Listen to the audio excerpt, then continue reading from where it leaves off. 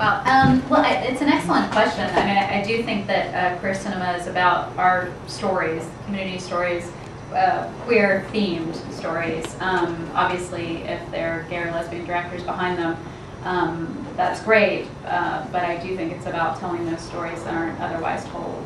This is my first feature, this documentary, and we follow a gay couple, a lesbian couple, and a heterosexual couple through their newlywed year of marriage. So we're really looking at the institution itself. But I'm a lesbian and my co-director is straight, so I don't, even though we're a mix, I think it's still queer cinema because it's about an issue that affects us all. I kind of agree. I don't think it matters who makes the movies if it's relevant to gay lifestyle or issues. I agree with that as well. I don't think you need to be a queer director to make queer films, and I think as long as it's queer themed, as long as it tells the stories that aren't being told, then that's queer cinema. I concur. Your question is far less important than the answers here. Do you consider yourselves gay, queer, lesbian, bisexual, transgendered filmmakers? And if so, why or why not? Well, Okay, yeah, I mean, I'm gay and I made a gay movie, so. I guess so. I'm also a screenwriter and sold my first script to Columbia a couple years ago, which was a romantic comedy, but not a queer-themed story, but that's something I'd like to do. No? Yes? Sure. Yeah? So can queer cinema be made by non-gay or non-queer writers, non-queer producers, directors, and non-queer actors and still be considered a queer film? No, actually, I am straight. So, What? Just came out of the closet. Oh my God! I'm outed myself.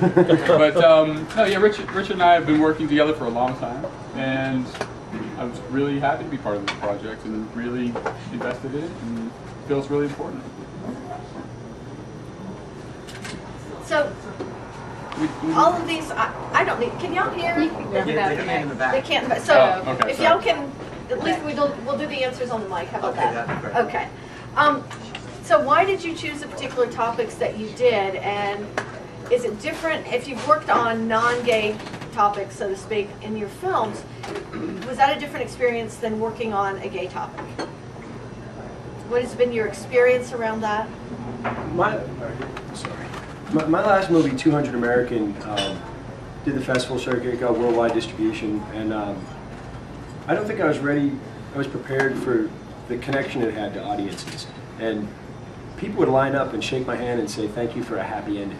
And I started realizing there aren't a whole lot of happy endings. I think that's all changing, but I kind of took it upon myself to start making gay-themed stories that have happy endings and a positive slant on being gay and celebrating being gay. And I don't know, I guess that's my personal approach to it. With our documentary, it was actually conceived by Nikki Parker, my co-director. She and I attended film school together, undergraduate at Florida State. And in 2004, when San Francisco started marrying same-sex couples, she had never even thought about the issue before, and was single at the time, and she thought, wow, it's so hard to find somebody to love. I can't imagine not being able to marry that person if I did. And so she had this idea, wouldn't it be great to follow 3 couples and sort of look at their experiences in the institution of marriage itself. So it was her idea, and I came on board because I was very personally invested and interested in the concept.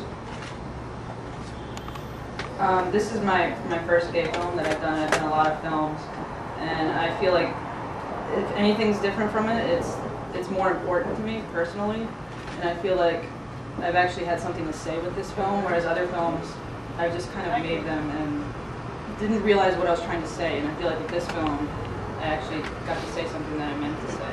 So that's the I mean, Rich kind of summed it up, but we're just trying to make movies about people. Just trying to tell stories, and hopefully it's a good story with real emotional impact. And it's not necessarily about being gay, it's about people. So I think that's part of our approach. Is it important to have stories that are primarily focused on gay characters or specifically address gay topics? You know, I mean, because there's so many more films that are more inclusive. You know, whether it's a Jane Austen book club or, you know, those kind of things. Is that not enough? Does it matter? Yes, I think part of how we define ourselves in our culture is through movies and in the media and TV. You know, when I grew up, I didn't have role models. I didn't know any, you know, famous gay people. I mean, nowadays we have Will and Grace, who, you know, that was groundbreaking. You know, Brokeback Mountain. You know, all these things that are coming around. It's an air of change. You know. I guess that's that. No, I agree, absolutely. Getting those, there's still stories to be told that we haven't seen before. And you'll go to a festival and see a film that surprises you because it has a happy ending or approaches things in a different way. So I think absolutely it's still needed. Yeah, I agree with that. I think we still have a lot to say. Mm. We haven't even heard a lot of stories. You know, all that's kind of bubbling to the surface. So we need to embrace that, I think, as a community. I also just think it's important that the stories are told because it represents people, it represents a part of society that's there, and we need to normalize that aspect of it too. I said this yesterday at some other place, but it was like, everybody, it's still the joke. The gay joke is still the prominent joke and the last resort of every sitcom, every comedian, everything that's out there, and it's just, the question is why? Why is that still acceptable? Why isn't the last group that's able to be made fun of all the time? And we just need to move past that and, you know, make all the stories just the human stories. Lauren, you mentioned a little bit ago that this is your first queer-oriented story, and that this was a different experience for you than the previous stories that you had told. What was your motivation for doing the previous stories? I think I was in a different place then. I had like a personal experience that I felt like I needed to talk about or say something about it. So I feel like that's the main difference is I didn't, you know, the other films were just when I was starting out making films, and it was like I was trying to figure out how to make films, and now with this film I kind of knew how to make films, and now I needed to figure out what I was trying to say. And I feel like I love the theme of unrequited love, and I feel like that's a universal theme, and the fact that it's two women doesn't make it any different than it is a guy and girl, you know, so I don't know, that's the main difference. It's more personal.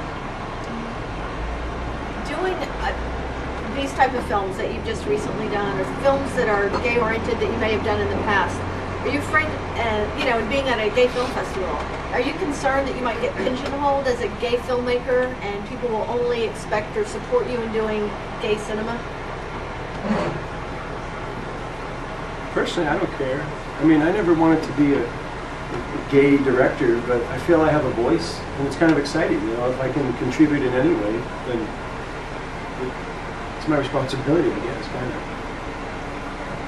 Yeah, for us, concerning this documentary, one of the real challenges for us is, you know, it's great to be here in this supportive environment, but you don't want to just preach to the choir. You know, people are going to be open to your take on this issue.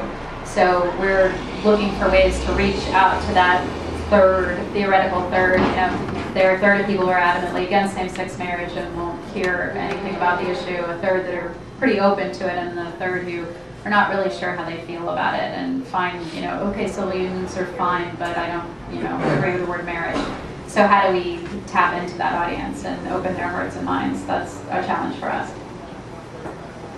I think people are going to think what they want to think about you, and you just have to keep making the films that you want to make, whether or not you're pigeonholed or not. I feel like, you know, if you have something to say, you're going to say it, and people will say, oh, she's a queer filmmaker, she can't do these other films, but then you do it, and you show people that you can.